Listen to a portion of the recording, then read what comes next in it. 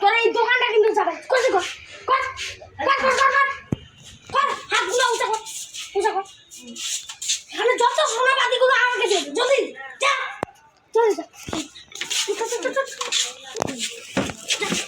যত সোনাপাতি আসে যা এটাকে শুটিং করতে লাগবে যা তুই নিয়ে যা আরে শুটিং কেন করতেছ এই কেমন